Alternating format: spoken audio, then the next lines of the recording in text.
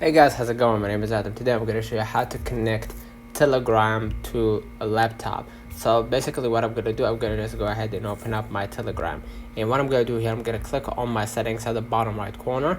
And what you're going to do, you're going to see right here the option of devices. Click on it.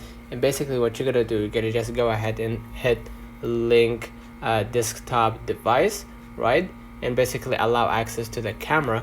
And then go to the official website. You're going to see my hands. Go to the official website of the Telegram, and basically what you're gonna do, you're gonna just go ahead and scan this QR code, and basically now what's gonna happen, the Telegram will be logged in automatically, and you're gonna see right here, you gave access right here just now to this web.